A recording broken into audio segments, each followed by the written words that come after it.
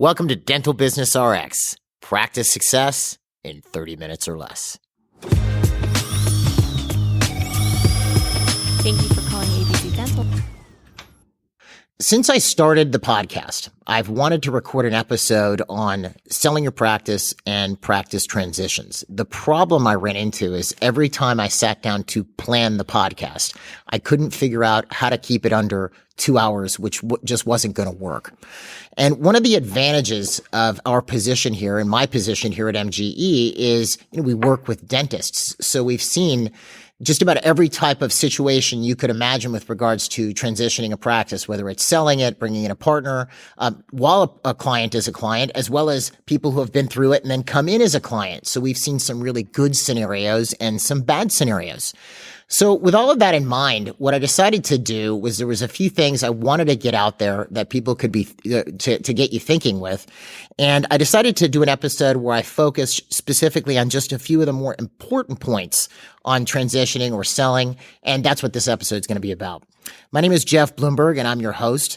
And let's start with the first big question. Maybe you're at a point where you've been thinking of selling your office. You've considered selling your office. Maybe you've been practicing for a while. Maybe you haven't. Maybe you want to relocate out of state, but you're considering selling.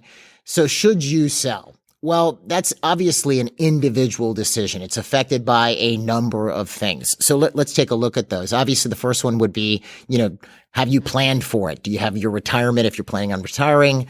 Do you have other sources of income? You might, we've had some clients that have sold that have a huge real estate portfolio and it pays them well or something along these lines. We've had also other clients, especially after the pandemic, that decided to relocate. Maybe they were in the city and wanted to go out to a more rural area or they wanted to go to another state, in which case it's a matter of selling and then setting up shop in another state. So you have to get your license and whatnot. But, and then there's the last point is, do you want to continue practicing? These are the different things that you're going to want to think with if you're selling. And obviously you want to have some form of a plan. You don't want to have a situation where you sell and then a year later after you've, traveled or done whatever it is that you wanted to do, that day we always dream about where we don't have to get up at 6 a.m. You don't want to find yourself with nothing to do. You should have some form of a plan. Now, one thing you may not have thought of, let's say you've been practicing for 20, 25 years and you've built up a decent sized office. You may not have to sell. You may want to put yourself in a position. This is something we've been talking to clients about for, over 10 years, where you could sort of turn the practice into a functioning machine where you don't have to be there on a regular basis. You can keep your hand in it. You could even be chairside once in a while, or you just manage. But you have associates or possibly a partner, which is a whole other episode to talk about, whether you bring in somebody as a partner or not. But this is something that you want to keep in mind. And in order to do that, you'd have to build the practice up to a point where it's efficient, the overhead isn't too high, so that you're at least making some form of profits, while the practice is running, especially if you're not one of the main producers anymore. Now, just a quick hint on that, just because I figure I'm going to say it, but that's one of the questions we get a lot. How do I take myself? I'm chairside now. How do I get myself from being chairside to where I don't have to be chairside anymore and I still own my office? Well, especially if you want to open other locations or whatever, right? Well, there's a couple of ways you can do it. There's the traditional way, which is you bring in associates and then you eventually phase out. I'm a bigger fan of phasing out through what we call the sales doctor model. I talked about this in the associate pay episode as far as how this works. But the transition to that is very simple. You essentially start off with, you obviously need a higher volume practice to begin with. Otherwise, it's not going to work. But let's say you're getting a considerable number of new patients and you've got a decent hygiene program. So there's a lot of patient volume.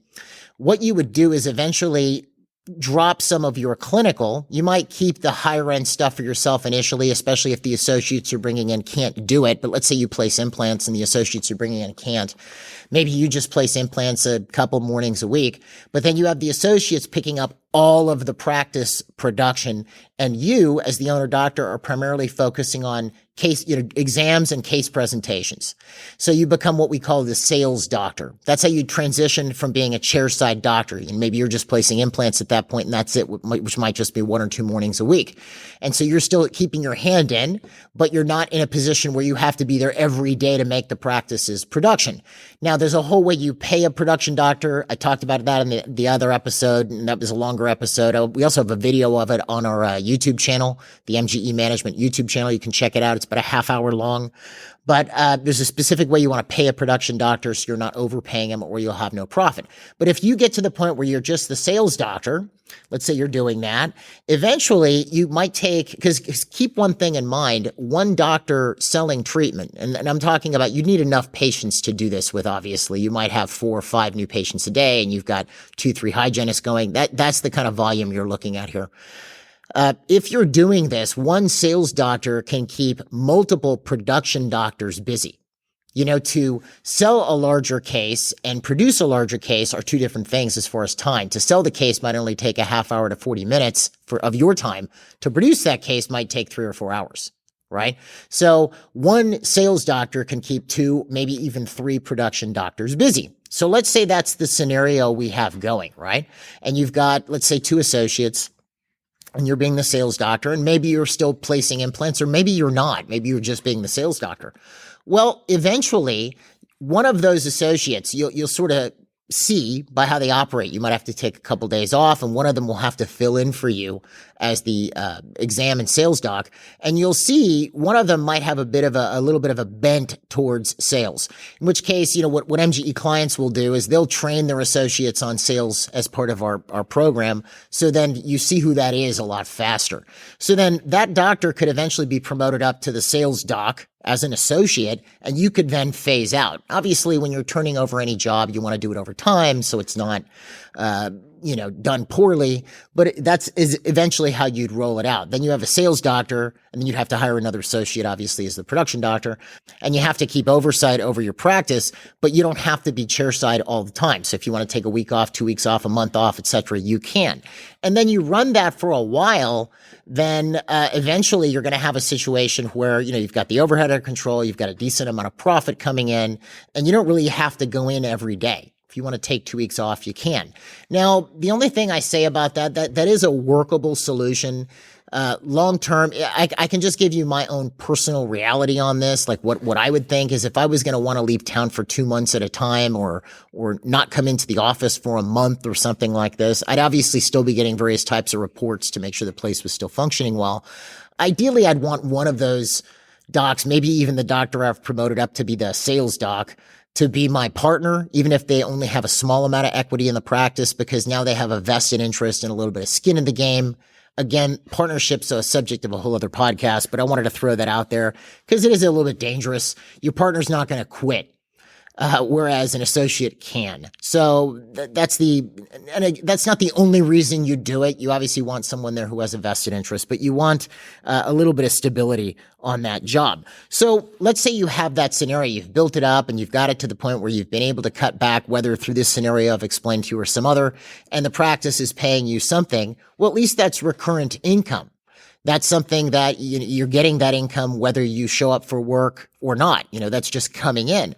Well, at that point, you could keep the practice. There's really no reason at that point to sell the practice unless you were given a lucrative offer. And then you would just sort of do the math for yourself a little bit. Well, this practice is netting you $200,000 a year and you're no longer chairside, and someone's coming along and offering you X amount of dollars. Is this something that you want to do? I mean, the plus of having the practice is the underlying asset will always be worth something. And it's, again, a continuous source of cash flow for you. Now, we've had clients do this, and usually when we see this, they tend to stay in town, or at least they live somewhat in the same area as the office, right? They've got an office like this, let's say, I don't know, in the Detroit area, and they live in the Detroit area. So it's not like they're living in California and they have an office in Detroit. So that would be the next consideration if you're looking at selling. And I'm just giving you my own take on this. If I were leaving the area, let's say I have a practice in New Jersey and I've gotten the place up to where I'm not really chairside anymore, but it's making me a recurrent income and I'm staying in New Jersey, fine, I keep it. If I'm moving to Florida, I might sell it. Only because if something really goes wrong, one of those associates quit or something really goes wrong, well, then I'm on an airplane again going back if I can't sort it out from down in Florida. So that to me, not that it can't be controlled. And we've had clients who have done it, who have moved out of state and it still works out for them. It's just you have to be a very skilled administrator, a manager in order to do that. And it does pose more challenges if you're not in a position where you could just drive in there and sort things out, right? So especially, if you're looking at leaving, you've left the office, you've transitioned out and you're moving out of state and you're going to be doing something else, then I probably absolutely would sell. Let's say I was moving to another state and I'm starting another practice and I've got this practice in New Jersey. That might get to be a bit tough to handle unless I had a partner in that office in New Jersey, in which case it's a whole different situation. The other thing that comes along as well is, and I want to talk about this a little bit here a little later in the episode, not much later, but you might have this scenario. You've got this office, it's paying you $200 a year and you're not having to go in every day. And then a DSO comes along and offers you tons and tons and tons of money. Right? Because the DSO valuation formula is a lot different than if some other doctor, via a practice broker would have come along and want to buy your office. Well, then again, you're going to have to weigh how this all works out. It's a matter of, let's take real estate as an example. Let's say I have a portfolio of rental properties and the market's gone, crazy. It's parabolic. It's gone up, which like now. And I'm in a situation where I go, wow, I could sell these right now for a $5 million profit. Okay, but these houses or apartments or whatever it is I own are netting me $200 or $300 a year. So that's where you have to sort of do the math for yourself and play it out 10, 15 years from now, because, okay, you got $5 million now if someone buys these things and takes them off your hands. Now, if the market crashes, that's great. You can't depend on that. But then you don't have a recurrent source of income anymore. So this is where you have to sort of do this in your head and decide whether this is the right thing for you to do or not. So let's talk about this, because if you are in a position where you go, I'm selling my office, who are you selling to? So let's look at the traditional valuation model. The traditional valuation model in dentistry has been about 70% of last year's collections. That's how it's been for years. Since I got into the industry. Sometimes you'll see it a little less, if it's a distressed type sale, the equipment is old or something along these lines, it might go into the 60% range of last year's collections. Or in other areas, and I know in Canada it's a little higher than this, in other areas, especially if the market's hot, people might be paying more than 70%. But generally the acceptable rule has been 70%. So if your practice did $1 million last year, and you were selling it traditionally, you would get $700,000. That's how it worked. And usually you'd be asked to stay on for a bit, at least for a month or 2 months, maybe 6 months. You might stay on as an associate part-time. Obviously, this depends on who you sell to and how you sell them. But that's how it always worked for years and years and years. And now we're in the era of DSOs buying more and more offices. And that's why I definitely wanted to talk about this in this episode, because this is something that DSOs have become extremely aggressive, especially the last 5 years. They've definitely been more on our radar down here, because DSOs normally, if you look at the average practice that's targeted by a DSO, the office is doing at least 1 million, 1.2 million. They usually want to practice doing more. Well, we have a lot of clients doing 3 million, 4 million, 5 million, et cetera, or more. So we've had a lot of clients being approached by DSOs. So, and there's been a lot of talk in the industry about what DSOs will and will not do. And the amount of money flowing into dentistry, especially via DSOs right now, is pretty intense, especially from venture capital or private equity. As a matter of fact, we had a client go to, they were setting up their own little multiple practice type DSO for themselves. And they went to this conference with a lawyer. And, it was like a seminar you'd go to. And there were lining the back wall, at all the displayers, there were tons of venture capitalists there. There's a lot of money sloshing around out there looking for a place to go. So one of the places it's found to go is dentistry. So that being said, there's a lot of misconceptions about this. So I wanted to just hit this head on. And the only thing I'll say is I'm not an attorney. I'm not an accountant. So I'm counting on you to do your due diligence with this. But there's a lot of things that people have heard, and it's very, for lack of a better word, rumory. Rumory. There's lots of rumors going around. Oh, that DSO is paying this much, and that DSO is paying this much. And this DSO will let you do this. It reminds me to a degree of the 1980s. You didn't have the internet back then, so you'd hear rumors about things, and you couldn't verify they were true because you had no Google. So you'd all kinds of goofy stuff about people, but you had no idea if they were true. So there's a lot of rumors about DSOs. There's a lot of ideas about DSOs. There's a lot of ideas about selling your practice or making your own DSO. And I just want to hit those a little bit head on. Again, I count on you to do your due diligence about this. Don't take what I'm saying as complete and utter fact. But there's a few things I do know from doing my own investigation. So there's a few misconceptions. There are some doctors who think that if I take 5 other doctors in town with me and we all roll our practice into one practice and we change the name of our office, to Acme Dental Centers. So now we've got 5 offices in the same area and we're all called Acme Dental Centers. We can now sell our office or our group of offices to a DSO for more money. So to explain this, if you're familiar with this concept with the DSOs don't pay the 70% of last year's collections. What they pay is a multiple of something called EBITDA. Now, you may have heard that word before. Hopefully you don't click the podcast off now. What is EBITDA? It's really simple. It's earnings before interest, taxes, depreciation, and amortization. Simple, right? Essentially, it's how much your practice or business earned, right? Less expenses, which is normal, right? But you add back interest, taxes, and then depreciation or amortization, which are accounting concepts. Depreciation, if you buy equipment, it's eventually written off over years and you get that as a deduction. That's depreciation. And amortization is applied very similar to depreciation, but it's to more intellectual property, intangible things. Let's say you had a patent that was worth $1 million. It may be amortized where you're getting a tax write-off over years. All right? So, sorry about that. Again, check it with your accountant if you really want a full explanation or go online. But DSOs are paying a multiple of EBITDA in a lot of cases. So if a practice, had an EBITDA, which is kind of like profit, but not exactly. But let's say its net profit for the year, or its EBITDA rather, was $1 million. Well, you'll have a DSO come along and offer 5 to 7 times that. So they'll give the doc $5 to $7 million. So let's say that practice did $5 million the prior year, but it had an EBITDA of $1 million. All right, well, in the traditional model, $5 million would mean this doctor is going to get 70% or $3.5 million. Well, here comes a DSO and they say, no, we'll give you 5 to 7 times EBITDA, which is $5 to $7 million. So, the numbers get a bit crazier, and that's an attractive target for the DSO. So with that in mind, we've seen a couple of ideas out there where, people are thinking, well, let's just take a few offices, lump them together, call it a DSO, and then sell it, and we'll get $1 zillion. In other words, we'll get more than we would have gotten had we sold it alone, right? Especially with smaller offices. And look, I'm not trying to rain on anybody's parade. I just don't know that that's absolutely going to work. If you find that you're getting involved in one of those things, I would definitely check it out thoroughly before you do it, because, maybe that worked in the beginning, but what's happening now is a lot of these venture capitalists and other DSOs are starting to get smart about this, especially if you have a venture capitalist or a hedge fund or somebody's going to invest in this DSO. They're going to do their due diligence.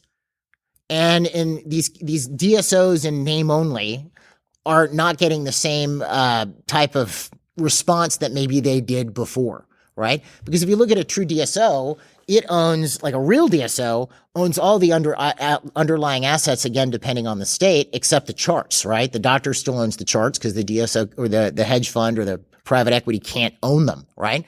But everything else, the chairs, everything, it's the equipment, that's all owned by the hedge fund. So if you have a bunch of people getting together saying, hey, we changed our name to Acme Dental, we're a DSO now, even though nobody's doing any DSO things, nobody's centralizing billing, centralizing marketing, no one's managing the practices as a group, well, that's not really a DSO at that point. So we've seen a few of these things come up. And what's silly is in a lot of cases, if you have a large office and you go, well, I want to get that 5 to 7 times multiple of my EBITDA, in a lot of cases, if you've got a big office, you're going to get that anyway. You don't need to group up with a bunch of people to do that. It's not a huge problem, right? So, unfortunately, this is something we've seen is in a lot of cases when you get a higher volume office, when that doctor goes to look at selling, unfortunately, there's the valuation method for the DSOs, which is different. And again, I'm not trashing DSOs. I do know a few DSOs that I think they're okay. They're not bad. I know some of the people in them and they're all right. And they let the doctors just continue to practice the way they were practicing before. There are some DSOs that I would stay very far away from because it's not about patience or letting the doctor having any autonomy, right?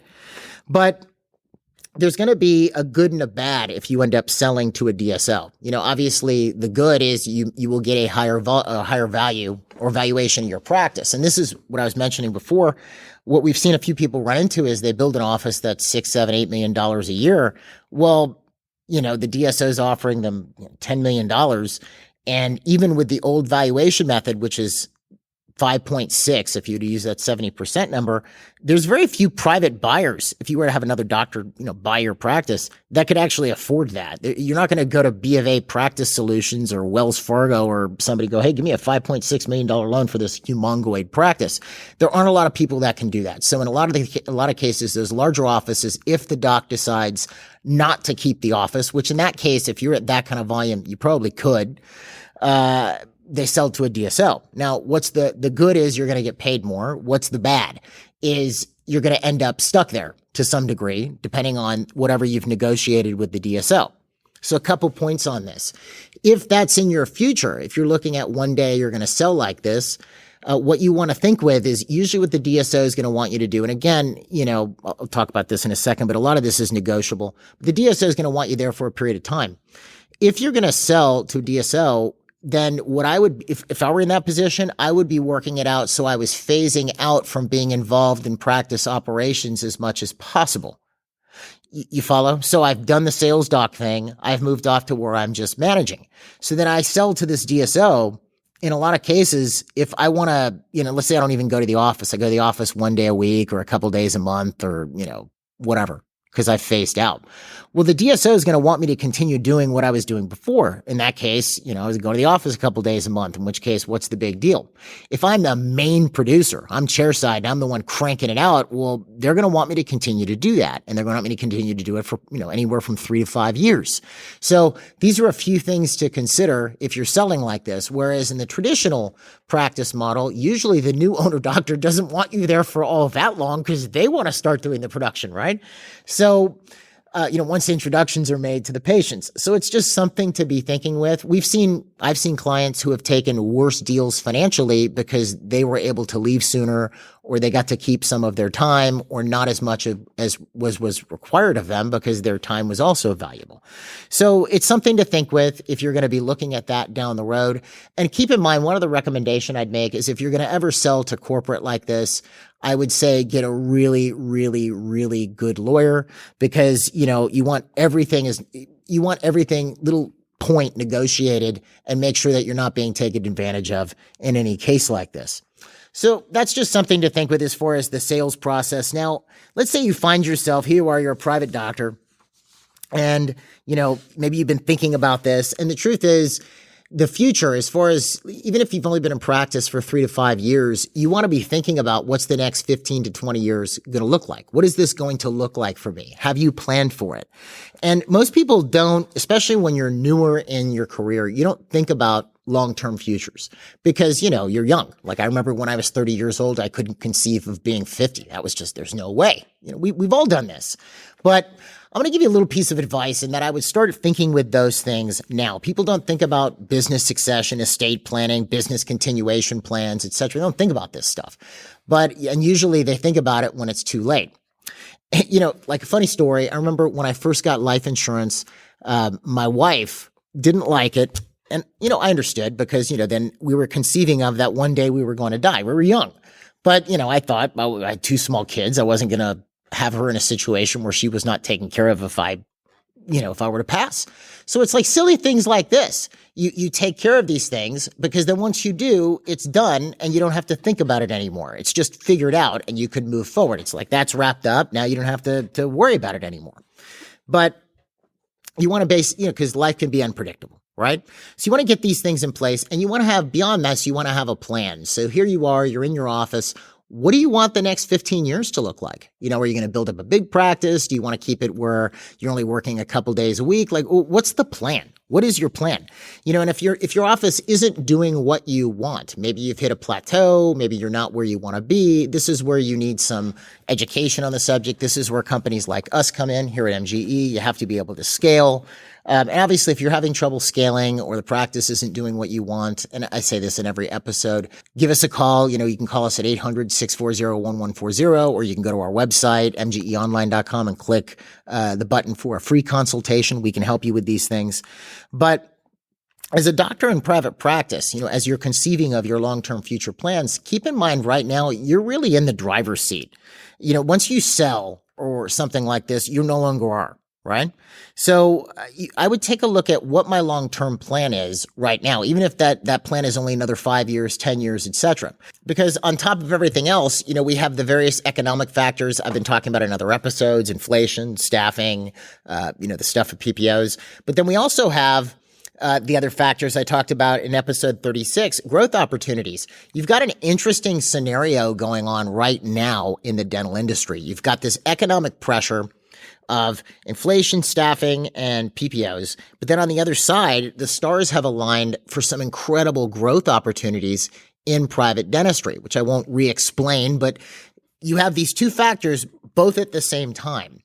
So if you're in a situation where your future includes growth or expansion, now's the time to take advantage of this. We have a client I was talking to 2 weeks ago that just bought his 4th office. Right? And what's funny about him, the way he's doing it, he's not really chairside anymore. He could build this up because he's continuing to acquire practices to where he's got, 10 and he sells, or 100 and he sells, or he might be the next big DSO, which would be great because he'd be doing it right. He's doing private dentistry and doing what's best for patients, which is what we want, right? And he's a private doctor, and he wants to get dentists in that he can give opportunities. We have clients with multiple offices in New York or Pennsylvania or the Midwest. There's no shortage of ways to build this thing up right now, but it's important to take a look at what is your future plan? What is the long-term plan for your business? What is the succession plan someday? Because then you're always working towards that end goal as opposed to just sort of gliding along and not knowing where you're really going. And like I said, you have a window right now of opportunity. So this is the time to take advantage of it. Anyway, I know I was a bit all over the place here with this, but I wanted to get this out, especially the stuff with regards to DSOs, because there's a lot of weird information out there on the subject and weird ideas people have about it, but it's pretty basic. Again, I always suggest you do your due diligence on this to get an exact idea of what's really happening. But, my recommendation, again, you've got a limited window of opportunity to really grow and expand. Definitely go for it. And if you want to hear more on the subject of practice transitions, bringing in associates, things like this, you can always go to our episode webpage. On Dental Business RX, you go to this episode webpage, there's a button you can click, ask a question for Jeff, or you can email me at jeffb@mgeonline.com. Anyway, I hope you liked this episode. I hope it helped. And if you want to hear more episodes like this, don't forget to like us or subscribe or follow us, depending on the podcast platform that you're listening to. I appreciate you taking the time to listen to my random thoughts on this subject today, and we'll see you at the next episode.